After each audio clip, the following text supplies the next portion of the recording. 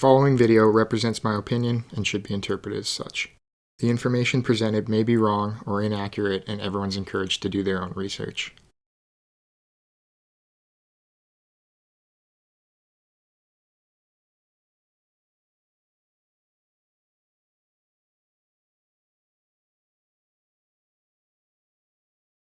The purpose of this video is to posit the theory that Maura Murray evaded police on Swiftwater Road with the bus driver Butch Atwood's help.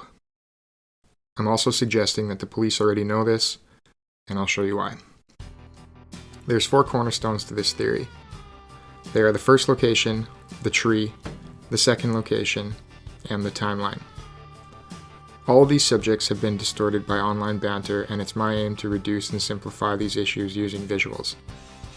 After covering these 4 subjects, we'll be better informed to examine the bus driver's story, and I'll discuss my own theory.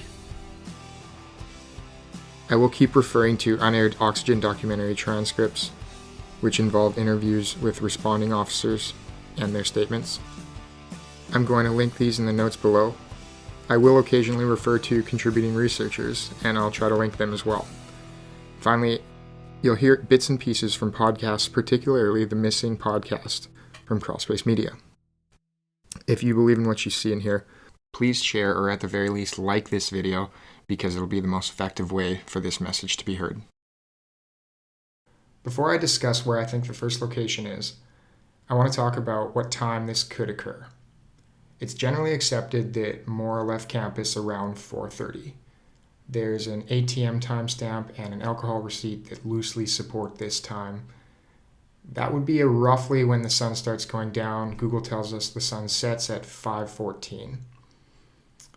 4:30, 2.5 hours to where the Saturn's found, takes us to 7. 7 o'clock's interesting because the first couple of missing persons posters and newspaper article reference 7 o'clock as the last time Maura was seen. So just log that away. 4:30, 2.5 hours to drive, 7 o'clock, matches the first couple missing persons posters and newspaper article. Okay, here's the first location. About this photo. Allegedly, Helena Murray posted this photo on Facebook early on in her attempt to clarify where the Saturn was found, or at least first seen. You'll notice in the top right of the picture is accident site. In the bottom, near the curve and the trees that we know of today, it says sharp curve, erroneous place for accident. So Helena, or whoever generated this photo, did so to clarify the difference between these 2 locations. What's interesting is Barb Atwood puts the Saturn in the same location as this photograph. In her interview with Jason Hebert, who's a content creator, interviewed Barb Atwood in 2019 for what would appear to be the first time, aside from James Renner interviewed her for his book True Crime Addict, but he didn't get into any details like this. Barb Atwood puts the car right across the road from her house. Listen. She landed in a field type thing. It's on his front lawn, actually, right across the street from our house. Right. So again, that was Barb Atwood, Butch Atwood's wife. Barb puts the car right across the street from her house in Forcier's yard. It was in his area. I mean, the grass in front of his trailer is where she landed.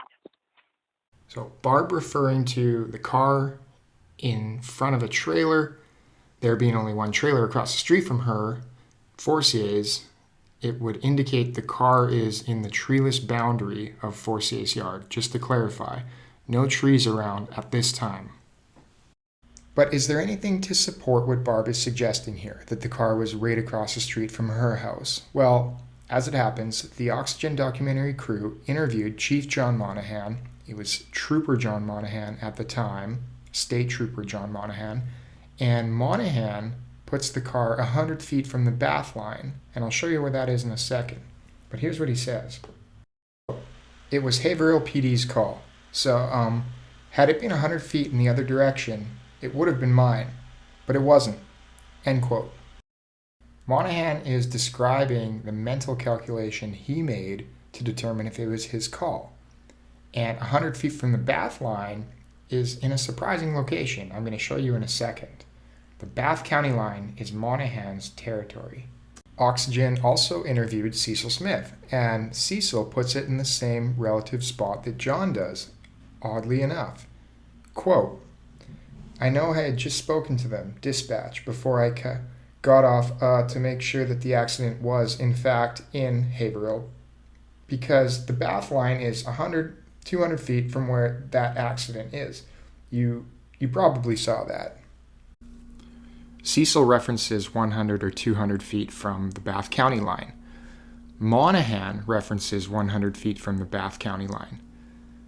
These two statements, when put together, they seem to reflect exactly where Barb Atwood said the car was. Let's look closer. Quote, it means if the accident was on the other side of that post, that would have been the state police would have had to take that scene instead of me. End quote. Let's now consider where that post is, the Bath County line post, in relation to the ribbon tree, or the tree that Maura is said to have crashed into.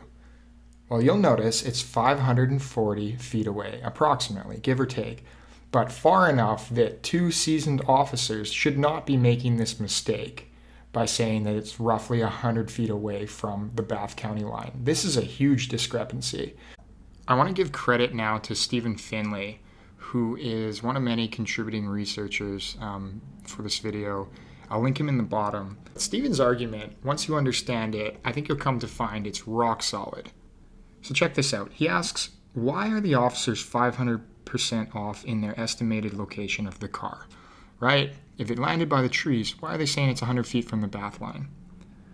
Why is Cecil contradicting his own statement that the car was next to the trees? Remember, he draws that picture of a car next to trees, and then to Oxygen documentary crew, he's saying it was 100 feet from the Bath line. It can't be in both places. Why do these officers use the Bath line at all as a point of reference when you'd think maybe the weathered barn or, I don't know, the ribbon tree might be a better point of reference to suggest where the car was in relation to those items? They probably used the Bath line, obviously, because the car was closer to the Bath line. Right across the street from our house. At least at one point. It might be a Freudian slip.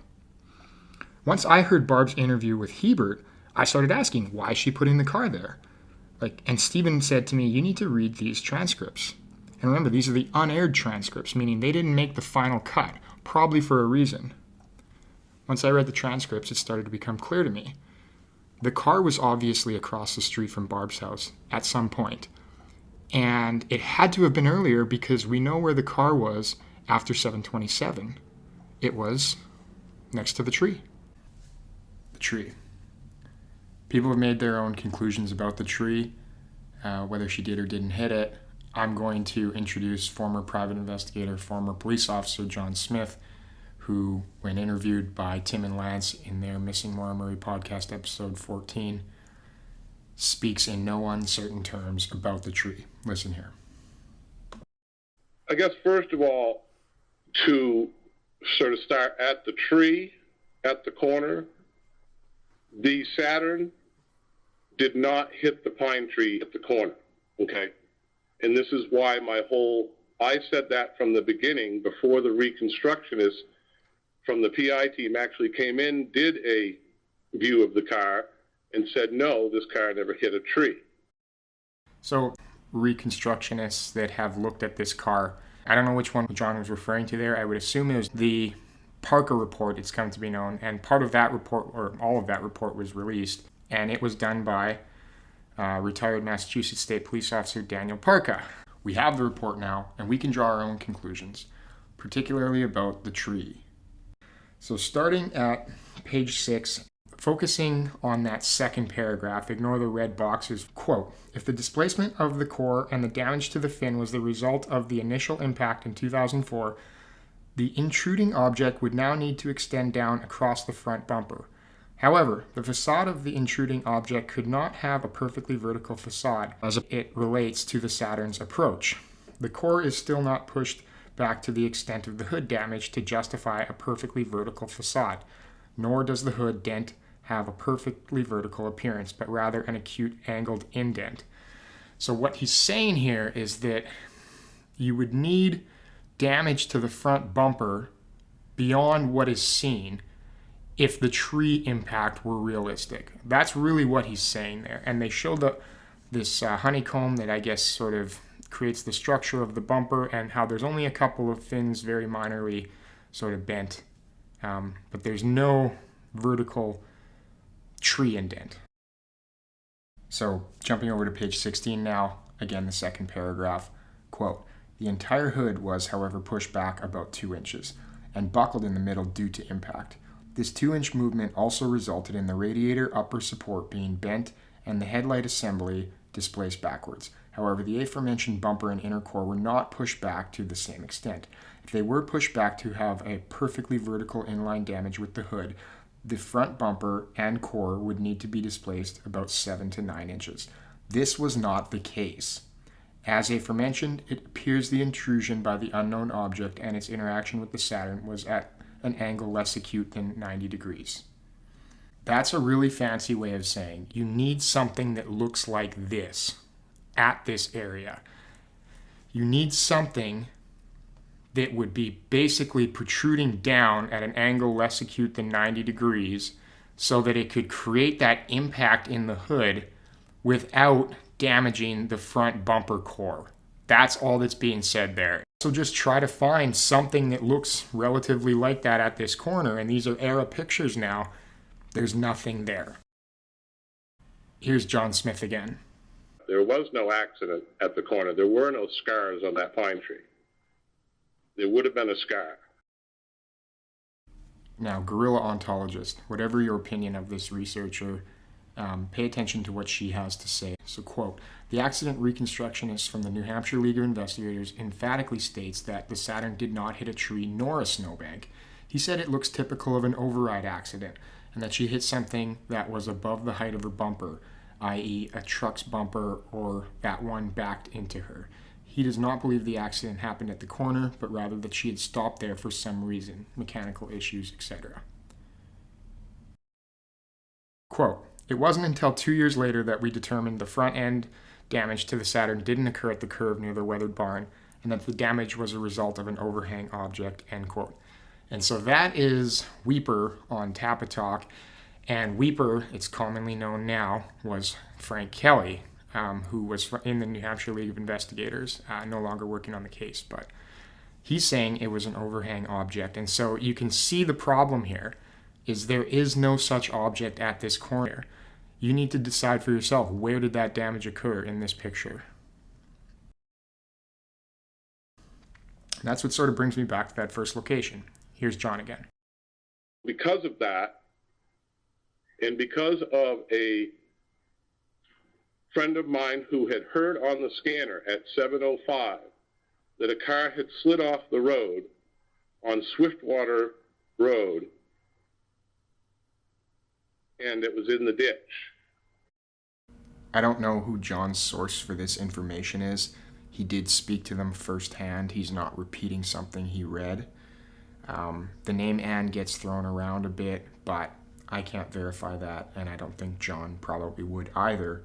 However, there is a post by someone named Ann. Quote, "There was an emergency transmission on February 9th, 2004 about a female slid off the road, may have left in private vehicle, and a description. Now, I cannot say who put that out there because I do not know. There was then a call to go all the way to the scene. It all was a busier than usual scanner traffic. I am not an originator of a second accident, although it makes sense to me. I now know that Woodsville Emergency Services did not go there at 7 p.m. when the original call was broadcast.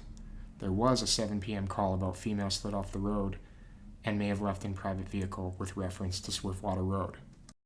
And that was early. That was like in January of 2009, before John did his interview with Tim and Lance. Just so you know, that's out there.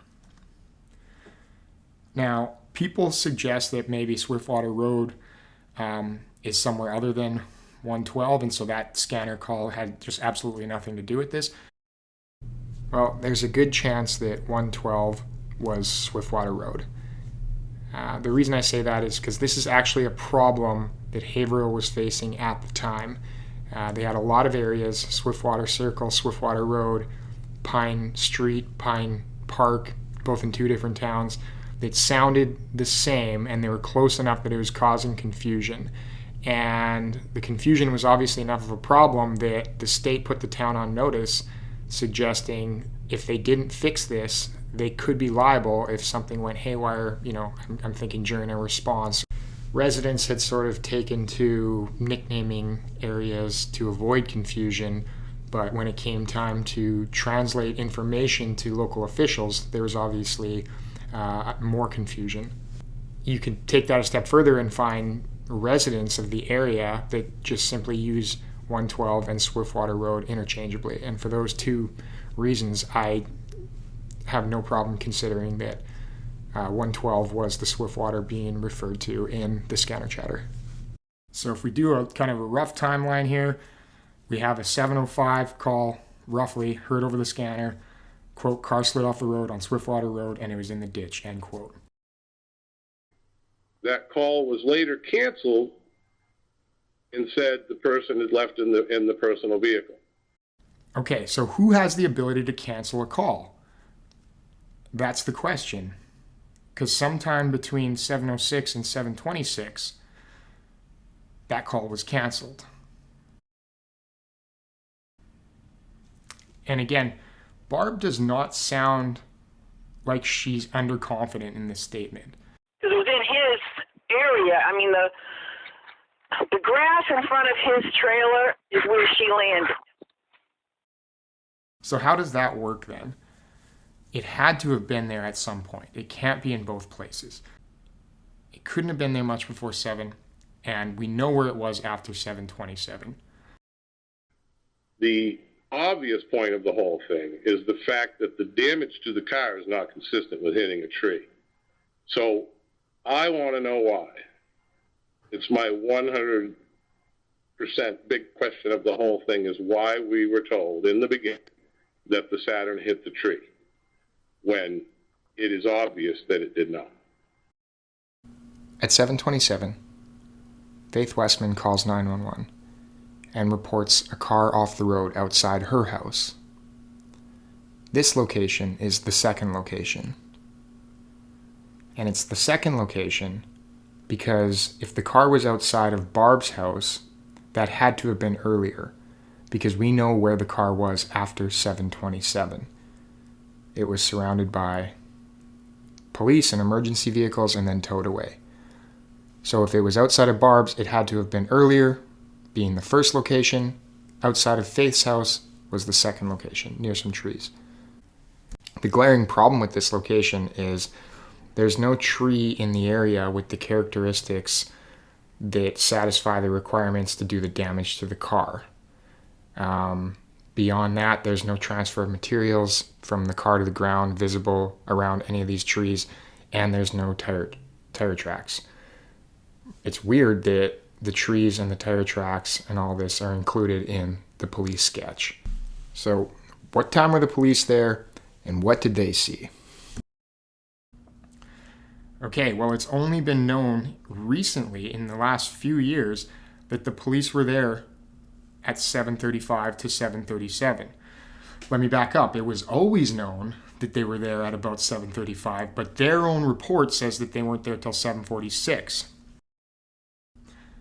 And the guys on Missing Maura Murray podcast go into great detail about this in episode 30.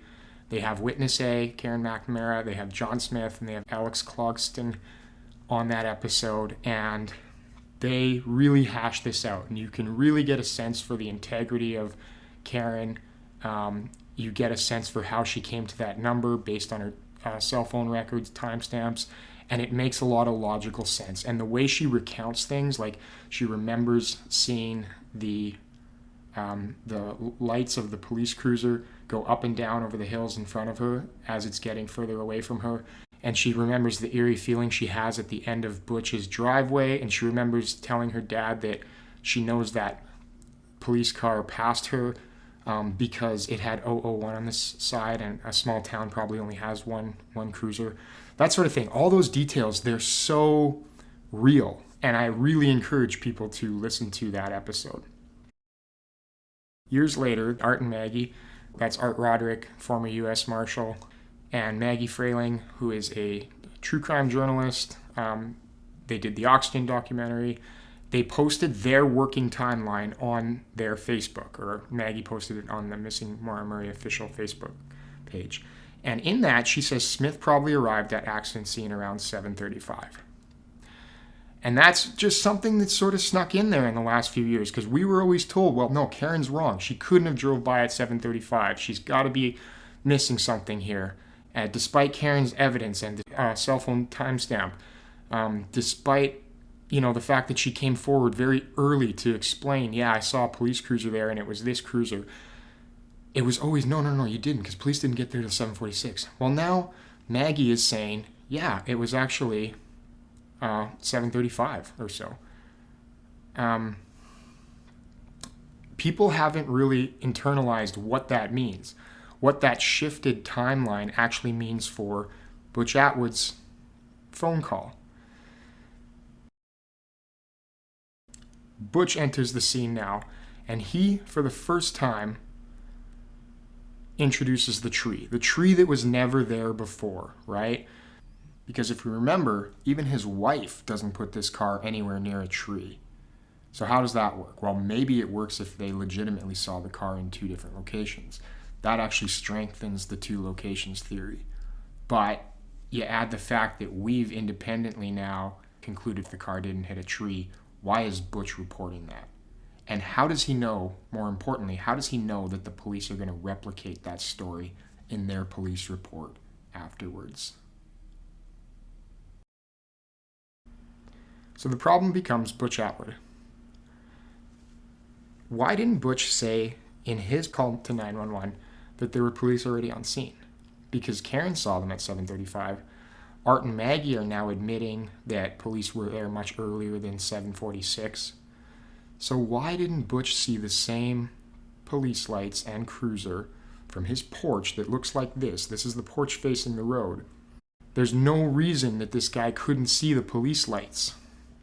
So what was he doing then with that 911 call if he wasn't trying to inform the first responders as best he could? Yeah, there's been an accident, but just so you know, and you're not rushing someone off of another scene or something, there is an officer here already. Okay, because then they would be communicating with that officer. They don't need him anymore. But he doesn't do that. Why not? By placing that phone call late, Butch Atwood establishes two timelines. Listen to the way the narrative continues to be in this case, despite the fact that the record has been corrected. That night was February 9th, 2004. Police got two calls from two residents reporting a car off the road, the first at 7:27. A local bus driver later told investigators he saw a woman standing outside the black Saturn. An officer arrived at 7:46, finding the car locked. The problem is, we know that police actually arrived at 7:35.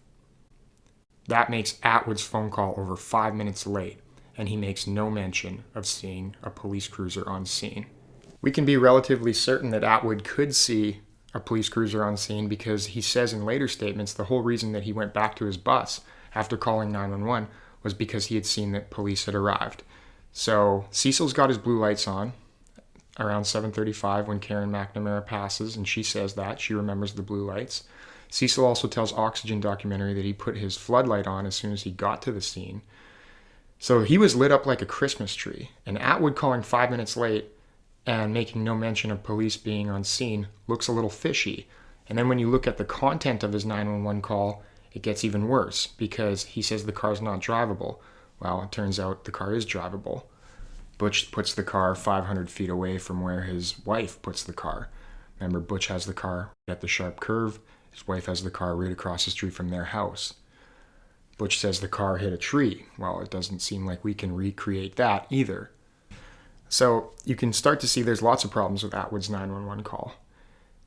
And what's really weird is he seemed to have known that police were going to reinforce what he said. Because police do come out with a narrative 6 days later that makes his phone call makes sense. Remember, they put themselves on scene at 7:46, which is false, but it's after the 911 call that Atwood makes where he mentions a tree, and they draw the tree into their police sketch. Remember, we can't seem to recreate that accident, and neither can the professionals. So how do Atwood and the police get aligned on this issue so quickly? It's almost like Atwood's emboldened, like he knows something by 7:42 when he makes his 911 phone call. He knows something about the way the police want this situation to look. And that's why he has no problem with saying the Saturn hit a tree, and he doesn't worry about the discrepancy between him and his wife's location for the car. Quote, "I did not hear or see anything strange happen," end quote, Atwood said. And so, you see, 3 minutes later at 7:46, Haverhill Police Sergeant Cecil Smith arrives on scene. But wait, change that to what it actually is. It was 8 minutes earlier.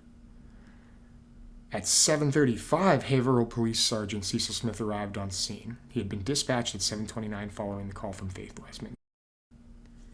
So then it goes on to say, Atwood saw that a police vehicle had arrived, so he went to his school bus to finish up some paperwork, he said during an interview. I scratched that out because I think when Atwood saw a police vehicle had arrived, he then got out of his bus and went inside to call the police. But never mind my opinion on that. What's more important is that it suggests he can see the blue police lights. He did see when they arrived. And if he saw when they arrived, he saw that they arrived at 7:35. Because of course, just like everyone says, he could see the police lights. Don't allow him to trick you into believing that the time of his call made sense, because cops didn't arrive at 7:46. His call would make sense if they arrived at 7:46. Then he would see them arriving after his call was done. But they were there before his call was made. So even if, for whatever reason, you don't like Art and Maggie, you don't believe them, you don't believe that Art was actually told by the state police the way he says he was, the way he tells Tim and Lance he was. He actually got there a lot earlier, and that's in the interview that we did. In fact, I called the state police today to double check that, and they said, yes, that's exactly what happened. So Cecil Smith got there earlier than 7:46. He got out of the vehicle because there had been reports, he was looking for somebody injured. The 911 call came in from the Westmans at 7:27. So Cecil Smith is dispatched at that time, and he responds, and he doesn't call out immediately when he gets there. So even if you don't like Art and Maggie, you don't have to believe them, because Witness A has always said that. She's always said the cops were there between 7:35 to 7:38 at the latest. So you can believe her. And then since Atwood could see when the police arrived, then you know that Atwood saw the police arrive at that same time. And that throws his 911 call right out of whack, which is fundamental to his integrity here. Now, I know people are going to say, oh, but Grafton County Sheriff's Department was made aware of the 911 call at 7:43. That doesn't mean that he made the call then. Look at, he was held up, the circuits were busy, and he couldn't get through. And when the call got through, when it got transferred, it was at 7:43. But he could have made that call way earlier. He could have made that call at, say, 7:33 or 7:34, which is technically a minute before Cecil arrives.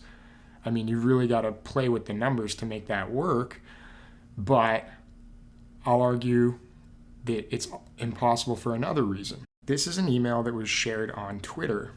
It was from Detective Chuck West to Fred Murray back in 2018, and what he says is, quote, "Mr. Murray, regarding the times reflected in those two transcripts that have been released, Faith Westman's call was received by Grafton County Dispatch at 7:27. 911 received a call from Butch Atwood at 7:42. So that's when Butch made the call. And then it was transferred, sure, maybe at 7:43, a minute later, makes perfect sense. But the call was made at 7:42, which I'll also add fits in within Rhonda Marsh's dispatch activity, like event log, that shows between 1940 and 1948. And that time is reinforced in a couple of ways. One, Detective Chuck West apparently told Fred this. 2, dispatch log has events that timeline nestles neatly into, start and end events that timeline nestles neatly into, and so it would appear that that's when Butch made the call. So why didn't he report that the cops were already there? That is pertinent information for a call like that. And he's got his police scanner, which was on later. Maybe it wasn't on right that second, but Barb seemed to have heard interaction on it. So, I mean, when did it get switched on? He didn't report that cops were already there, but he does report a tree that the cops later draw into the sketch. Are you starting to see the connection between Butch and the official narrative now? I again ask, where did the tree start? Did it start when Butch reported in a 911 call? Or did it start earlier when Maura moved her car from location 1 to location 2? And whose idea was that?